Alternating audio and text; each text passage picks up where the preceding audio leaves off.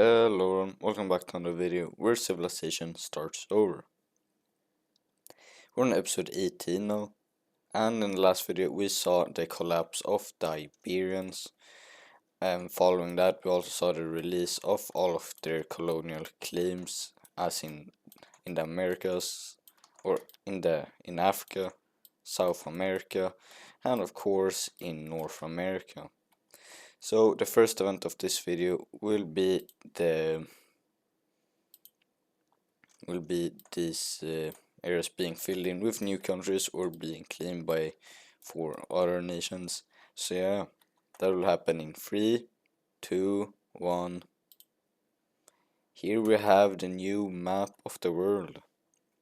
So let's get over the changes. So starting up here in North America, we see all of this being merged into one big Alaskan nation. So yeah, that's it. Moving down here to South America, we see the Brazilian areas being split up into these nations. This like northern Brazil nation, the brown nation, this tiny nation, the main Brazil nation, and the coastal Brazilian nation. Moving up here to this more northern western African claim Iberia had, we see this being a nation formed alongside this, these two, and these three. And yes, this is these guys, or this little piece here is claimed by these guys. But yeah, that's all for this part over here. Moving on down here, we see that South Africa here, they took most of land, but of course we saw the releasing of 3 new nations as well, because why not? So it's this pink nation, this nation, and of course an yellow nation. And that was it for the African parts for the releasing of these nations. Now let's look over at another event. That event will be happening over here in Asia, where we basically see a big war happen. So the Diamond Alliance has Korea here, but we also see the Pentagon Alliance having the Mongolia. Pentagon Alliance don't really care much about Mongolia and this area. Same with the Diamond Alliance, they don't care about Korea here. So you'll basically see these two nations, they will be completely leaving these alliances, as they they don't really like being in an alliance that they don't really like. But following that, we'll actually see these two declaring war on each other, as they hate each other, want each other gone. So yeah, and we'll basically see all of Asia choosing a side. So we see the creation of 2 new alliances, the Square Alliance and the Trapezoid Alliance. Now these alliances are just temporarily, as they're only created because these two sides hate each other and want to go to war. So yeah, let's get into this war. So starting up here, we will quickly see the Koreans mobilize their army and send it through the border, focusing up here and targeting the coastal areas, cutting off it from the rest of the country with ease and taking off that. Moving down here, we'll see China facing the 3 nations at once, being the Koreans over here, this nation over here, and finally this dark red nation. So we'll see how that ends up for them, but we actually see China put on a good resistance as they push back the Koreans to this major city and even make some pushes along this border. But where they fail is over here, where we basically see these guys taking hold of a lot of land for setting up defenses as the Chinese arrive to take back it, leading to the Chinese just putting up their soldiers like that. Well, from that we'll be looking over here as we see Mongolia. They will actually send in most of their army actually that is supposed to be up here straight into the Banana Union. So we see them enter into here, entering through the border, capturing one major city before capturing another. We also see them go through here, capturing these two major cities, and just yeah. But what we also see is them entering into this dark red nation. We also see them sending some forces into this nation, and that will cause the Chinese to completely push these guys back, alongside pushing these guys back very far, reclaiming both major cities. And we see the Chinese even make some pushes into this nation right here, taking their capital city and even their major city. But moving up here, we see the Koreans having a field day, as there's really no resistance, as the Mongolians are focused on this big front, ignoring that the Koreans are basically closing in on your capital rapidly fast. But that won't matter, as we see another thing happen that is bad for the Square Team, that being Japan finally mobilizing their army and landing in the Korean peninsula here, capturing this major city before entering the capital with ease. And it ends up looking like this. Now the Koreans, there's still like urban fighting happening over here in the city. It's just like colored in, so it looks good. But that will lead to the Chinese pushing them back like that, and even making their own landing here, capturing this major city and cutting Korea in half. And now it's basically game over, as this nation, they won't stand much of a chance, as the Chinese focus completely on them. We also see many Chinese soldiers entering here. We also see the complete collapse of this front, leading to many new Chinese forces entering into here, capturing this major city.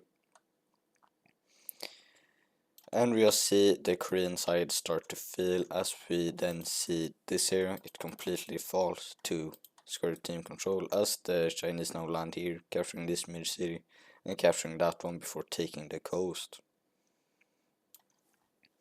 And Korea now starts to realize they maybe need to slow their invasion over here and put more soldiers down here, as it's looking really bad. As we now basically see this nation being divided in half between China and Korea, or Mongolia. And the invasion of the Banana Union continues now, with even some Chinese support. And it's not looking too good for the Square Team. But that's before we see or it's not looking good for the Trapezoid Alliance, I should say.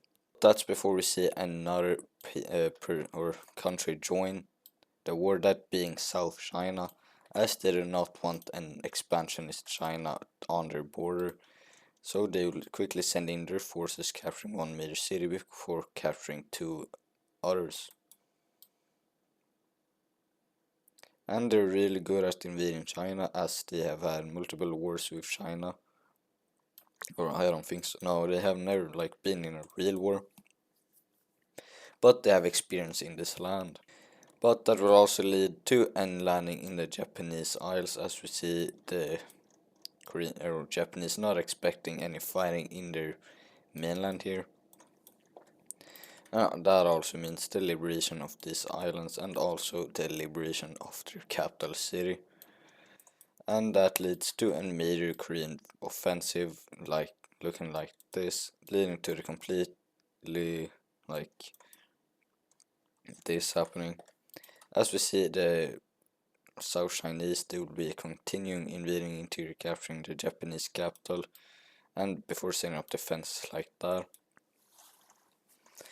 But that won't stop the Chinese from invading even far into Korea, as Korea is the strongest nation in this war, and taking them out of the Trapezoid Alliance will basically mean the Square Team would win this. As we now even see some Mongolian pushback over here in the Korean front, now that there's not as many Korean soldiers placed here. as we see them start to feel very much, even losing all their coastal claims, as the Koreans are now starting to lose very much. Looking down here, we also see the Banana Union. They will start to push back, retaking two major cities. And they even retake these two, even starting and push into this nation up here, like that, but it stops really quick as they don't really want to focus on invading, just defending. Looking down here, we see Chinese forces finally arrive as they push back the South Chinese. Now this China, it's a fully prepared China. They have been preparing for this great Asian war for, I would say, like ever since the Iberian coalition and the freedom of these African nations. The Chinese and the whole Square Alliance have been just planning. So China is very prepared for attacking. So they will be pushing back South China very much like that. But now we'll be looking away from this war for a second. Over here at Europe, we actually see a war happen. Surprise, surprise. But that will be between Stockholm and Finland. Now Stockholm is not the Swedish nation, or they are right now, but they used to be a breakaway from the real Swedish nation. The original Swedish, they were destroyed when Norway and the Stockholm nation decided to destroy them completely. And that was after World War I, I think. But now Finland has enough, as they want to get some land that they wanted from the original Swedish nation.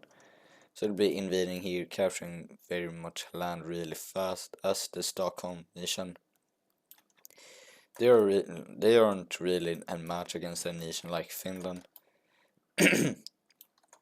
I'm not saying Finland is a strong nation, but in Europe they're a major European player, as they can hold their own and they can even attack on their own, as you can see here, as they captured the Stockholm capital, before we basically see the Stockholm nation just saying, hey, we surrender, take what you want, but let us live. So now we see a peace treaty between Finland and Stockholm. So we see this being the peace treaty where Finland takes all of this from Stockholm, pushing them all the way up here into the north, and they're not even Stockholm anymore. So I don't know what to call them, like Northern Sweden, I guess.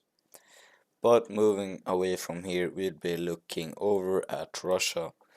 Now, in the last video, I think we also saw the complete collapse, like the true complete collapse of Russia, as they basically got jumped, I think, by both Finland, Poland, as alongside they got a bunch of rebellions. But now they're here and they're weak. We look at their ideology. They are still a dictatorial oligarchy. That means they still got a dictator. But that won't last long, as we then see a nation invade them. And that nation will be Caspia, as Caspia wants some more land and they have nowhere else to expand. Russia is a very important nation in history, I would say. They used to be a rich and strong nation, but now they're poor, so Caspia is going to take advantage of this to try to get some free land and maybe even make Russia into their own puppet state. But I don't know, will they succeed? But we see Caspia invade deeper into Russia. The Russian forces, or I don't know, the Russian army at this point is one of the weakest armies. They can't even fight correctly. I mean, they managed to push down and retake this city, but the Caspians came back and took back even more land. So yeah, so it just ends with Russia saying we surrender. And yeah, let's look at a peace treaty between Russia and Caspia. So this will be the peace treaty between Caspia and Russia, where we see Caspia taking all of these lands, and Caspia is starting to become a really big nation, and Russia is starting to become a really weird shaped nation. So I will fix that by making them being jumped by the blue nation and this pink nation. This coalition or this jumping of Russia happens as we basically see the pink team and the blue team both like want to destroy the Russians, as both used to be weaker, and or even in the pink teams thing they used to be a part of the Russian Empire. So they just want to get rid of this, and it doesn't take long until we see Russia surrender once more. Now let's look at this peace treaty. So this will be a peace treaty between Russia, the pink nation, and this blue team, where we basically see them being divided into two, and yeah, Russia is no more.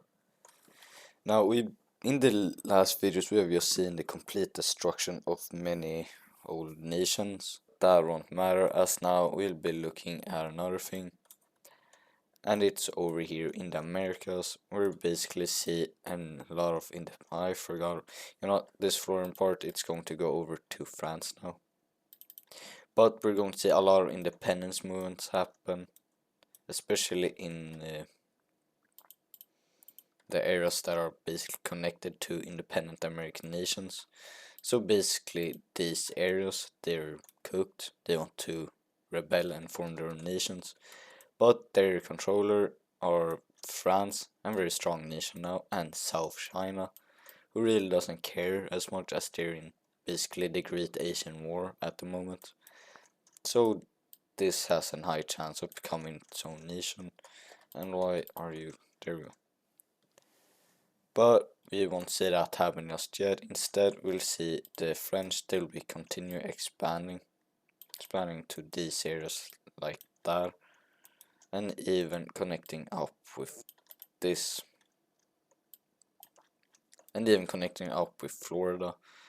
And we'll see them, yeah, they also expanding to these islands and a little bit deeper into South America, but their main focus is North America, because why not? And their main like rival, that being Iberia, is now gone, so they can expand really quick if they want to, but they won't, as again, they're not a world power. I don't think there's anything called a world power, or I mean the red team is now up there, but I would say Korea is the strongest nation, followed by, I don't know, India. Yeah, I need to redo the tier rankings soon. Probably will be happening after World War II, but following that, we'll be seeing some more expansion or colonization happen, especially from the English nation, as they expand down here, taking all of these areas and this lake here, I don't know what it's called. And yeah, but moving up here, we see Scotland, and a nation that's pretty poor now. They'll be expanding their colony like that, finally cleaning up this thing. It's been annoying me very long, but we basically see a meeting being held now. That meeting will be held in the capital of this central English nation, and it's going to divide North America. So yeah, let's look at that. And the division of North America will look something like this, where we see England, they will take all of this, China will get all of that, and then finally France, they will get all of this. And yes, now I'll fix this border like that. But now that will not be the end of the video, as we see something else happen. That being an Egyptian war, where we see Egypt, they'll be invading another nation. Now Egypt is also a very ancient nation. They were one of the first nations ever formed, and they've been quiet very long. Now it's time for them to invade this nation. So we'll see them sending their forces and just destroying this nation. I think it's even an anarchy. Yeah, it's an anarchy even. and Egypt borders a lot of anarchy, so basically they have free land if they want to. So we'll see them capture the coast before capturing this, and just moving up this and just targeting the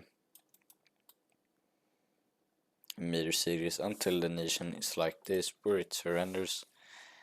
And the peace treaty will be seeing this nation being fully annexed into the Egyptian nation. And yeah, that's going to be all for this video. I hope you liked it, and if you did, please like and subscribe, as it would mean a lot for me. I'm on the road to 100 subscribers by the end of the year, as I've reached like 60 subscribers really fast, so I believe we can make it to 100. Thanks for all the support in these last videos, but that's all for this video. Goodbye.